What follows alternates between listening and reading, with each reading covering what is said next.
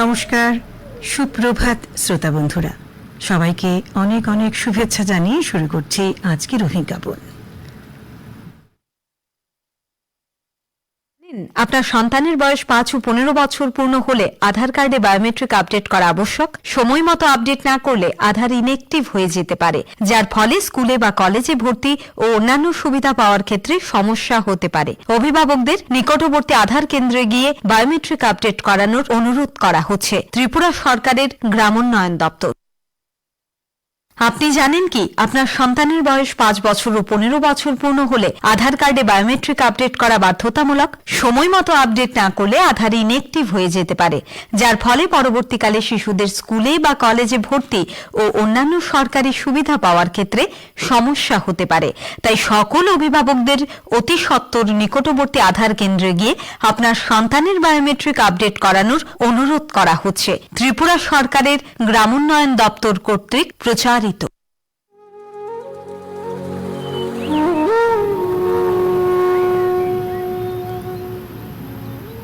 অভিজ্ঞাপনের আরো একটি পর্বে আপনাদের সবাইকে স্বাগত। আজ 23 এপ্রিল 2026 ইংরেজি গ্রেগরীয় বর্ষপঞ্জি অনুসারে আজ কিন্তু বছরের 113তম দিন। বছর শেষ হতে আর বাকি মাত্র 252 দিন। আজ বিশ্ব পুস্তক দিবস। মহান ইংরেজি কবি সাহিত্যিক উইলিয়াম শেক্সপিয়ারের আজ জন্মদিন। বিশ্ব বই দিবস বা বিশ্ব গ্রন্থ দিবস বা বিশ্ব পুস্তক দিবস। আসলে বই পড়া, বই প্রকাশনা এবং কপিরাইট তা প্রচারের জন্য জাতিসংঘের শিক্ষা, বৈজ্ঞানিক ও সাংস্কৃতিক সংগঠন ইউনেস্কো দ্বারা আয়োজিত একটি বার্ষিক দিবস হল এই বিশ্ব পুস্তক দিবস। 23 এপ্রিল 1995 সালে ইউনেস্কো প্রথমবারের মতো বিশ্ব বই দিবস উদযাপন করে, আর এরপর থেকে বিশ্বের বিভিন্ন দেশে প্রতি বছর 23 এপ্রিল বিশ্ব বই দিবস হিসেবে পালিত হয়ে আসছে। যুক্তরাজ্য এবং আয়ারল্যান্ডে সে দিনটি কিন্তু মার্চ মাসে পালন করা হয়। বিশ্ব বই এবং কপিরাইট দিবস উপলক্ষে ইউনেস্কো বই শিল্পের প্রধান সেক্টর থেকে নির্বাচিত উপদেষ্টা কমিটির সাথে 1 বছরের জন্য ওয়ার্ল্ড বুক ক্যাপিটাল নির্বাচন করে। প্রতিটি মনোনীত ওয়ার্ল্ড বুক ক্যাপিটাল শহর বই পাঠ, বইয়ের প্রচার এবং প্রসারের জন্য বছরব্যাপী বিভিন্ন অনুষ্ঠানের আয়োজন করে থাকে। বন্ধুরা, কথায় আছে, একটি বই 100টি বন্ধুর সমান। বই শুধু জ্ঞান দেয় না, মনকেও শান্ত করে। তাই তো বলা হয় বই মানেই বন্ধু। এই কথার মানে গভীর এবং আন্তরিক। একটা ভালো বই জীবনের কঠিন সময়েও হতে পারে আপনার নির্ভরযোগ্য সঙ্গী। যখন চারপাশে কেউ নেই, তখন একটি বই হতে পারে নিঃসঙ্গতার সেরা সঙ্গী। ভালো বন্ধু যেমন নতুন কিছু শেখায়, তেমনি বই আমাদের জ্ঞান বাড়ায়। এবং ইংরেজি সাহিত্যের সম্রাট উইলিয়াম শেক্সপিয়ারের জন্ম হয় 1564 সালের আজকেরই দিনে, অর্থাৎ 23 এপ্রিল, এবং ওনার জন্মদিনকে কেন্দ্র করে কিন্তু গোটা বিশ্বব্যাপী আজকের দিনটি বিশ্ব পুস্তক দিবস হিসেবে উদযাপন করা হয়।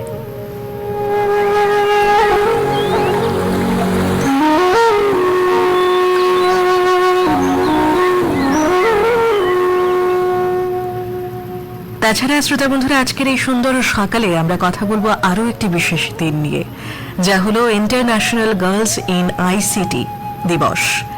এই দিবসটি প্রতি বছরই এপ্রিল মাসের 4র্থ বৃহস্পতিবার বিশ্বজুড়ে পালিত হয়। এই উদ্যোগটি শুরু হয় 2011 সালে আন্তর্জাতিক টেলি যোগাযোগ সংস্থা ইন্টারন্যাশনাল টেলি কমিউনিকেশন ইউনিয়নের উদ্যোগে। কেন এই দিবসটি পালন করা হয়? আসলে বর্তমান যুগ প্রযুক্তির যুগ, কিন্তু এখনো তথ্য প্রযুক্তি বা আইসিটি, যেটাকে আমরা বলি ইনফরমেশন অ্যান্ড কমিউনিকেশন টেকনোলজি, এর ক্ষেত্রে মেয়েদের অংশগ্রহণ তুলনামূলকভাবে অনেক কম। এই বৈষম্য দূর করতে এই দিবসের সূচনা। এই দিবসটির মূল উদ্দেশ্যই মেয়েদের প্রযুক্তি শিক্ষায় উৎসাহিত করা, তাদের সামনে নতুন নতুন কর্মসংস্থানের সুযোগ আরো বাড়িয়ে তোলা এবং তাদের আত্মবিশ্বাসকে দিন দিন বাড়িয়ে তোলা, যাতে তারা ভবিষ্যতের ডিজিটাল পৃথিবীতে নেতৃত্ব দিতে পারে। আজকের দিনে দাঁড়িয়ে প্রযুক্তি শুধুই একটি পেশা নয়, এটি একটি শক্তি, আর সেই শক্তির অধিকারী হওয়ার পূর্ণ অধিকার রয়েছে প্রতিটি মেয়ের। এই উদ্দেশ্যকে সামনে রেখেই আজকের দিনটি পালন করা হয় international girls in ICT day হিসেবে। এবারে চলে আসছি ইতিহাসের পাতায় আজকের দিনের বিশেষত্ব নিয়ে। 1893 সালে আজকের দিনে জন্মেছিলেন মৃত্তিকা বিজ্ঞানী জ্ঞানেন্দ্রনাথ মুখোপাধ্যায়। 1927 সালে ঠিক আজকের দিনেই জন্মগ্রহণ করেছিলেন ভারতীয় শাস্ত্রীয় সঙ্গীতের দিকপাল উস্তাদ আলাউদ্দিন খানের কন্যা এবং পণ্ডিত রবি শঙ্করের প্রথম স্ত্রী অন্নপূর্ণা দেবী। আজকের দিনে 1933 সালে জন্মগ্রহণ করেন বিশিষ্ট ভারতীয় প্লেব্যাক গায়িকা এস জানকী। তাছাড়া আজকের দিনটি কিন্তু আবার টেবিল টেনিস খেলা প্রেমীদের জন্য একটি বিশেষ দিন, কারণ আজ বিশ্ব টেবিল টেনিস ডে হিসেবেও উদযাপন কিন্তু করা হচ্ছে। তাছাড়া জনপ্রিয় সামাজিক মাধ্যম ইউটিউবে আজকের দিনে প্রথম ভিডিও আপলোড করা হয় 2005 সালে। তাছাড়া আজকে আরও একটি বিশেষ দিন আমাদের সকল বাঙালিদের জন্য। বিশেষ দিন বলবো না, আসলে একটা দুঃখময় দিন বলতে পারি, কারণ কিংবদন্তি চলচ্চিত্র নির্মাতা এবং লেখক বাঙালির প্রাণপুরুষ সত্যজিৎ রায় মৃত্যুবরণ করেন আজকের দিনে 1992 সালে।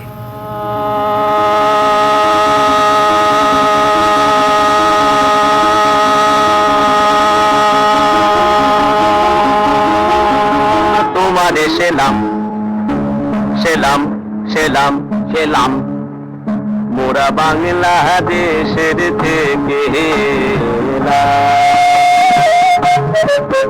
মোরা বাংলাদেশের থেকে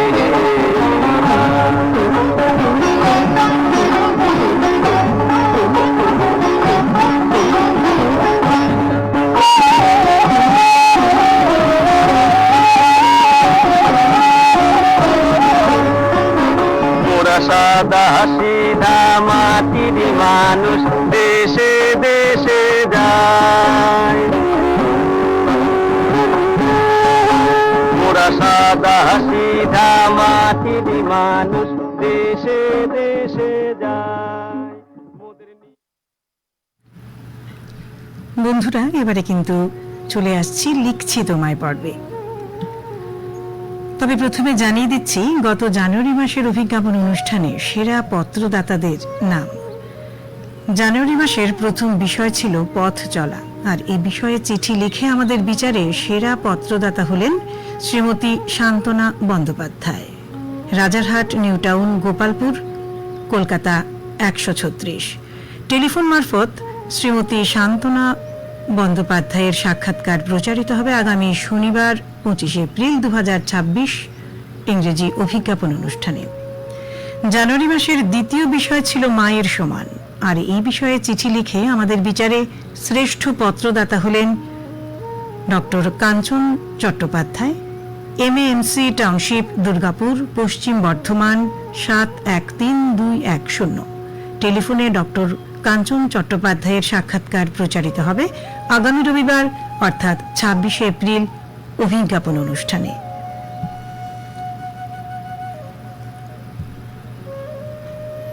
শ্রোতা বন্ধুরা, লিখছি তোমায় পর্বে আপনাদের অনুভবের কথা শোনার জন্য কিন্তু আমরা অপেক্ষমান থাকি। তাই চলুন দেরি না করে শুরু করি আজকের চিঠি পড়া। প্রথম চিঠিখানি হাতে পেয়ে গেছি এবং তা লিখে পাঠাচ্ছেন সোমা মুখোপাধ্যায়, নিহারিকা ভবন, জেলা পশ্চিম বর্ধমান থেকে। কি লিখছেন উনি, চলুন পড়ে শোনাই। বন্ধু অভিজ্ঞাপন। বর্তমানে সম্পর্কের সংকট বেশ কিছুটা পরিলক্ষিত হয়।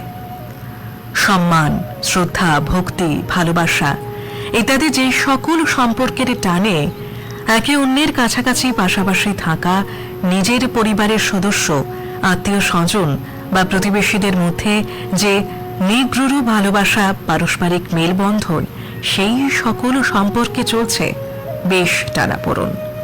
শ্রদ্ধা, সম্মান প্রায় তলানিতে এসে ঠেকেছে। কেউ কারোর ভালো সহ্য করতে পারে না, ছোটদের যে কিছু সম্মান জানাতে হয় তা যেন বড়রা একেবারেই এক প্রকার ভুলেই গেছে। বর্তমানে সবাই কেবলমাত্র নিজেকে নিয়েই ব্যস্ত থাকে। ভাই ভাই, বোন বোন বা ভাই বোন, যে সকল মিষ্টি মধুর সম্পর্ক তা থেকে সাতকাহন দূরে চলে যাচ্ছে। মা বাবার অবর্তমানে বোনেদের মধ্যে যে সুন্দর সম্পর্ক তা কোথায়? কার্যত বড় বোনের মায়ের ভূমিকা হওয়া উচিত, কিন্তু বাস্তবে তা হয় না।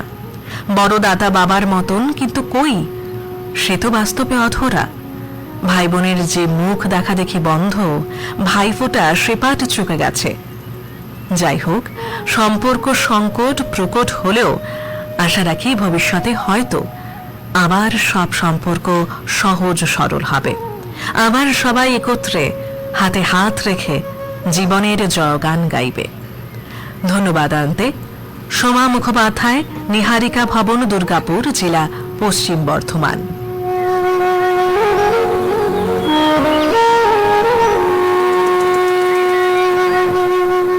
এবারের চিঠিখানি লিখেছেন শর্মিষ্ঠা দে, গোকুলপুর, কল্যাণী, নদিয়া থেকে।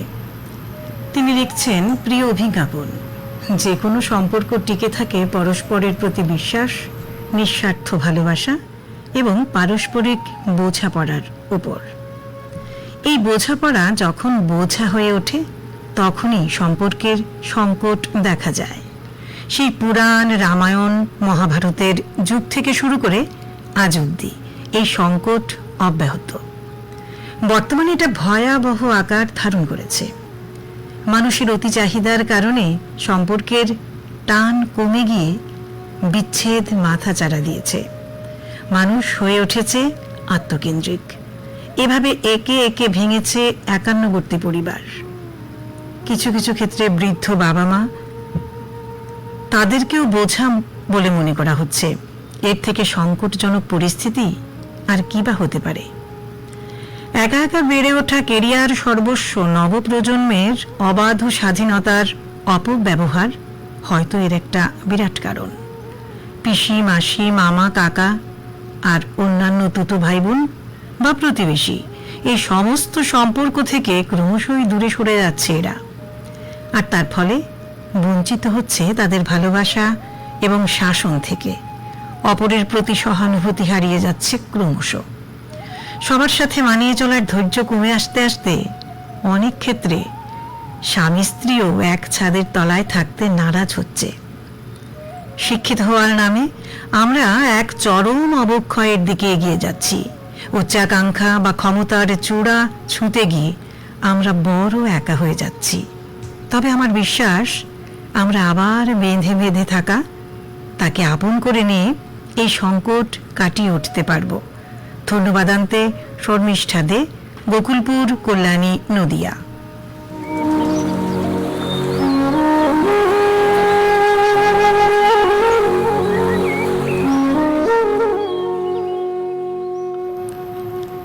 পরবর্তী চিঠিখানি লিখে পাঠাচ্ছেন কল্লোল কান্তি ডিঙ্গাল, মা চণ্ডী কলোনি, কাথি, পূর্ব মেদিনীপুর থেকে।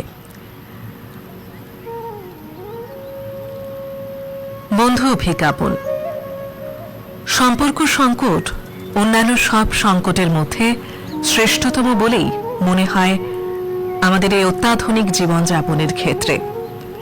অর্থ সংকট, স্বাস্থ্য পরিষেবার সংকট, জল সংকট, সামাজিক সংকট ইত্যাদি কিছুটা হলেও তার সুরাহা হতে পারে নানাবিধ সরকারি এবং বেসরকারি প্রচেষ্টা এবং ইতিবাচক পরিকল্পনার মধ্যে দিয়ে। কিন্তু সম্পর্ক সংকট মানুষকে ভালোবাসা, সৌহার্দ্য, সম্প্রীতি থেকে বিচ্ছিন্ন করে নির্বাসিত করে এক নির্জন দ্বীপে। বাহ্যিকভাবে মনে হয় কেন? আমরা তো সকাল, বিকেল, সন্ধে সবসময় ফোনালাপ করছি, মেসেজ করছি, এভাবেই তো পরস্পরের সুখ দুঃখের সাথী হচ্ছি। কিন্তু সম্পর্ক সংকটের মর্মার্থ অন্য জায়গায় লুকিয়ে আছে। আমরা আমাদের প্রিয়জনের সাথে ফোনের মাধ্যমে কানেক্ট করি, কিন্তু কতটুকু কানেক্ট করি হৃদয় দিয়ে, ভালোবাসার হাত বাড়িয়ে, তা ভাববার বিষয়। কিন্তু বছরে হয়তো একবারও আমরা বাবা মা ভাই বোন পিসি মাসি যারা দূরে থাকেন তাদের কাছে গিয়ে তাদের সঙ্গে দুদণ্ড বসে কথা বলে খাওয়া দাওয়া করে তাদের ভালো মন্দের খবর কি নেই আমরা? শুধু ফোনের মাধ্যমে মেসেজের মাধ্যমে তোমরা কেমন আছো, আমি ভালো আছি ইত্যাদি ইত্যাদি, এইটুকুতেই শেষ। এর মাধ্যমে কোনো আত্মিক সম্পর্ক স্থাপিত হয় না, বরং একটা দায় সারা কর্তব্য পালন হয়। সচক্ষে দেখা, হাতে হাত ছোঁয়া, কাঁধে হাত রাখা, মাথায় হাত রাখা, চুলে বিলি কাটা, খুনসুটি দেওয়া, আদর করে ছোটদের গালে চুমু খাওয়া, মাথা পেতে আশীর্বাদ নেওয়া, কারোর মাথায় আবির দেওয়া, কারোর বা পায়ে কাউকে কিছু উপহার দেওয়া, এই সব কিন্তু আধুনিক প্রযুক্তির সাহায্যে ভিডিও কলের মাধ্যমে ঘটতে পারে না, চাই মুখোমুখি সরাসরি কন্ট্যাক্ট। তাছাড়া এই সম্পর্ক সংকটের পেছনে আর্থসামাজিক বৈষম্য, জাতপাত, অন্ধ সামাজিক কুসংস্কারও অনেকাংশেই দায়ী। আমরা এইসবের নাগপাশ থেকে মুক্ত হতে পারি কেবলমাত্র চৈতন্যের জাগরণের দ্বারা। তাই বলি, মাসেও এখন হয় না খবর জানা, যে যার মতো গুটিয়েছি হাতখানা। নমস্কার আনতে কল্লোল কান্তি ডিঙাল, মা চণ্ডী কলোনি, কাঁথি, পূর্ব মেদিনীপুর।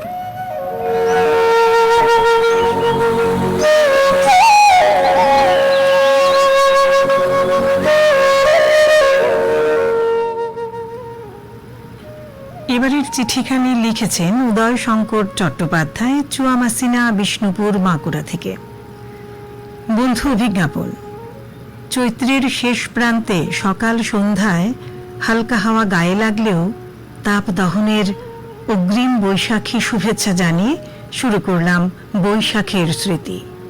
এই মাসটি যখনই আমাদের সামনে আসে তখনই স্মৃতিতে আসে প্রচণ্ড রোদের তেজ, ঘামে ভেজা শরীর, পুকুর জলাশয়ে গরম জল, কোথাও আবার পানীয় জলের অভাব। এসব বৈশাখী নানান অসুবিধা নিয়েই আমরা তা স্মৃতিতেই ভাসিয়ে রাখি। আবার স্বস্তিও মিলে বৈশাখের কালবৈশাখীর সাথে, দমকা ঝড়ের সাথে দু এক পশলা বৃষ্টি, আর তার সাথে ঠান্ডা হাওয়া সাময়িকভাবে মনে আনন্দ দেয়। এছাড়াও বৈশাখের স্মৃতিতে রয়েছে আম কুড়োনের বিকেল। সেই আম কুড়োনোর বিকেল, আবার বিকেলে খেলাধুলার পর পুকুরের জলে গা ডুবিয়ে কিছুক্ষণ দেহ মনকে শীতল করা। বৈশাখের স্মৃতি যতই আলোচনা করব ততই পুরাতন, আর সেই স্মৃতিগুলো মনের গভীরে উঁকি দিয়ে যায়। বৈশাখের স্মৃতি বলতে কবিগুরুর জন্মদিনের কথা না বললে বোধহয় বৈশাখ মাসকে ঠিক স্মৃতিতে আনতে পারবো না। 25শে বৈশাখ কবিগুরুর জন্মদিন। নববর্ষের দিন থেকে আমরা দিন গুনতে থাকি শুধুমাত্র ওই দিনটাকে ঘিরে। আমরা তাকে নিয়ে কি অনুষ্ঠান করব, কিভাবে তাকে স্মরণ করব, আর কিভাবে তাকে শ্রদ্ধাঞ্জলি দেব। যে কবিগুরু আমরা পাঠশালা হতেই জেনেছি, সেই কবিগুরুকে কিন্তু সে বয়স্ক উপলব্ধি বা স্মৃতি কোনটাতেই তাকে রাখতে পারিনি। যখন উপলব্ধি করলাম তখনই অনুভব করলাম কি সুন্দরভাবে তিনি প্রেম, পূজা, প্রকৃতি, ঋতু সকলকে এক ছাতার তলায় নিয়ে এসেছেন, আর এনেছিলেন বলেই সমগ্র বিশ্ববাসী তাদের স্মৃতিতে ধরে রেখেছে তার সৃষ্টিকে। তাই তো দেখি জন্ম হইতে মৃত্যু পর্যন্ত তার বাণীগুলি যেন স্তুতি বাক্য হয়ে উঠেছে মহামানবের স্মৃতিতে। এরপরে উনি বলেছিলেন, মহাবিশ্বে মহাকাশে মহাকালো মাঝে আমি মানব একাকী ভ্রমি, বিস্ময়ে ভ্রমি বিস্ময়ে। স্মৃতির পাতা থেকে উদয় শঙ্কর চট্টোপাধ্যায়, চুয়ামাসিনা, বিষ্ণুপুর, বাঁকুড়া। মহাবিশ্বে মহাকাশে মহাকালো মাঝে আমি মানব একাকী ভ্রমি বিস্ময়ে ভ্রমি বিস্ময়ে মহাবিশ্বে।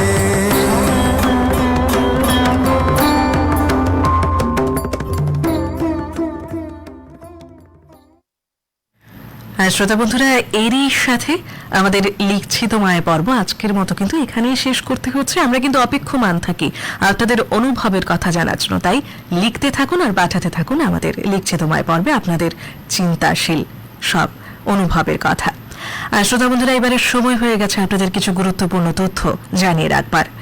ত্রিপুরা শ্রম দপ্তরের তরফ থেকে প্রকাশিত এক বিজ্ঞপ্তিতে বলা হয়েছে, Tripura buildings and other construction workers welfare বোর্ডের সমস্ত নির্মাণ শ্রমিকদের অবগতির জন্য প্রকাশিত এক বিজ্ঞপ্তিতে বলা হয়েছে, নির্মাণ শ্রমিকদের নিবন্ধন এবং বিভিন্ন কল্যাণমূলক সুবিধা প্রদানের জন্য নির্মাণ শ্রমিক কল্যাণ প্রকল্প নামে একটি নতুন ডাইনামিক ডিজিটাল পোর্টাল এবং মোবাইল অ্যাপ চালু করা হয়েছে। এখন থেকে নির্মাণ শ্রমিকদের সিএসসি সেন্টারে যাওয়ার কোনো প্রয়োজন নেই। শ্রমিকেরা নিজেরাই খুব সহজে তাদের মোবাইল ফোনের মাধ্যমে নিবন্ধন এবং স্কিমের জন্য আবেদন করতে পারবেন। কিভাবে আবেদন করবেন? শ্রমিকেরা গুগল প্লে স্টোর থেকে NSKP নামে মোবাইল অ্যাপ ডাউনলোড করবেন অথবা সরাসরি https://bocw.tripura.gov.in ওয়েব পোর্টালে গিয়ে আবেদন করতে পারবেন। রয়েছে আরও একটি তথ্য, জনজীবনে শান্তি ও নিরাপত্তা বজায় রাখার লক্ষ্যে পশ্চিম ত্রিপুরা জেলার জেলাশাসক জেলার অন্তর্গত সদর এবং মোহনপুর মহকুমার ভারত বাংলাদেশ সীমান্তের 500 মিটার এলাকায় রাত 8টা থেকে পরের দিন সকাল 5টা পর্যন্ত সময়ে সাধারণ মানুষের চলাচলের উপর কিছু বিধিনিষেধ আরোপ করেছেন। ভারতীয় নাগরিক সুরক্ষা সংহিতা 2023-এর 163 নং ধারা অনুযায়ী এই বিধিনিষেধ আরোপ করা হয়েছে।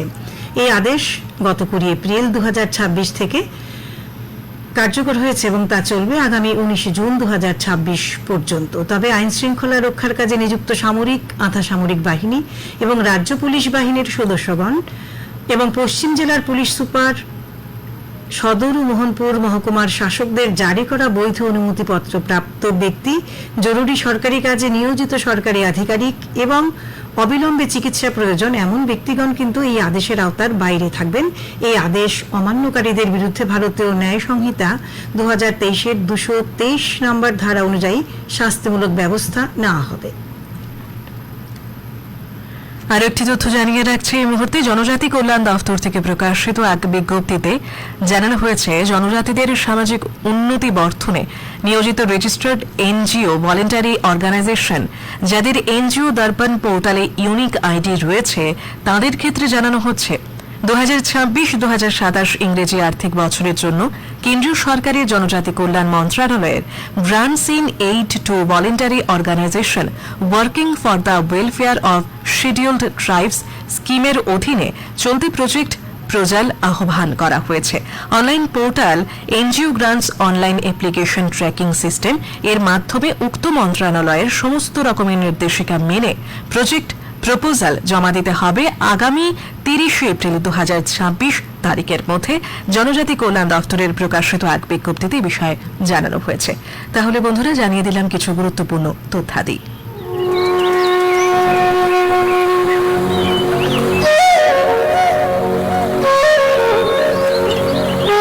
বন্ধুরা, এবারে কিন্তু স্বাস্থ্য বিষয়ক টুকিটাকিতে চলে আসছি। ভারতবর্ষের মহিলা এবং শিশু বিকাশ মন্ত্রণালয় গত 9 এপ্রিল 2026 ইংরেজি থেকে আগামী অর্থাৎ আজ 23 এপ্রিল পর্যন্ত পোষণ সপ্তাহ, পোষণ পক্ষ পালন করার এক বিশেষ উদ্যোগ গ্রহণ করেছে। আমাদের দেশে বিশেষ করে গ্রামাঞ্চলে বসবাসকারী গর্ভবতী মহিলা এবং শিশুরা প্রায়ই অপুষ্টির সমস্যায় ভুগছেন এবং অকালেই প্রাণ হারাচ্ছেন। তাই তাদের প্রতি সচেতনতার লক্ষ্যেই কিন্তু এই পোষণ পক্ষ পালন উদযাপন। আর এর উদ্দেশ্য হলো মা এবং শিশুর পর্যাপ্ত পুষ্টি, 0 থেকে 3 বছর বয়স পর্যন্ত শিশুদের মস্তিষ্কের সঠিক বিকাশের জন্য পর্যাপ্ত পুষ্টি। তাই প্রত্যেক গর্ভবতী মহিলা এবং 0 থেকে 6 মাস বয়স পর্যন্ত প্রত্যেক শিশুকে প্রয়োজনীয় পুষ্টিকর খাদ্য গ্রহণ করার জন্য চেষ্টা চালানো হচ্ছে।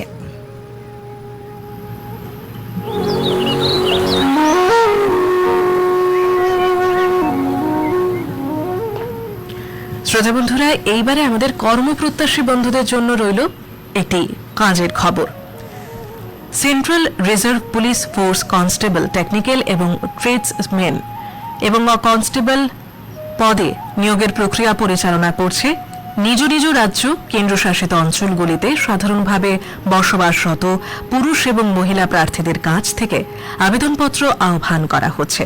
প্রার্থীগণ সিআরপিএফ ওয়েবসাইট অর্থাৎ https://www.rect.crpf.gov.in এর মাধ্যমে আবেদন করতে পারবেন। বেতনক্রম পে লেভেল 3 অর্থাৎ 21,700 থেকে 69,100 টাকা পর্যন্ত। বয়স সীমা 1 জানুয়ারি 2026 তারিখে কনস্টেবল পদের জন্য প্রার্থীদের বয়সসীমা 21 থেকে 27 বছরের এবং অবশিষ্ট পদ বা ট্রেড সমূহের প্রার্থীদের বয়সসীমা 18 থেকে 23 বছরের মধ্যে হতে হবে। শিক্ষাগত যোগ্যতা কেন্দ্রীয় বা রাজ্য সরকারি স্বীকৃত বোর্ড বা বিশ্ববিদ্যালয় থেকে ন্যূনতম ম্যাট্রিক উত্তীর্ণ বা সমতুল্য কোনো ডিগ্রি থাকতে হবে।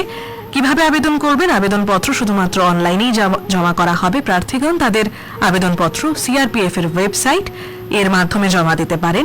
রেজিস্ট্রেশন শুরু হচ্ছে আগামী 20 এপ্রিল 2026 থেকে এবং তা চলবে আগামী 19 মে 2026 পর্যন্ত।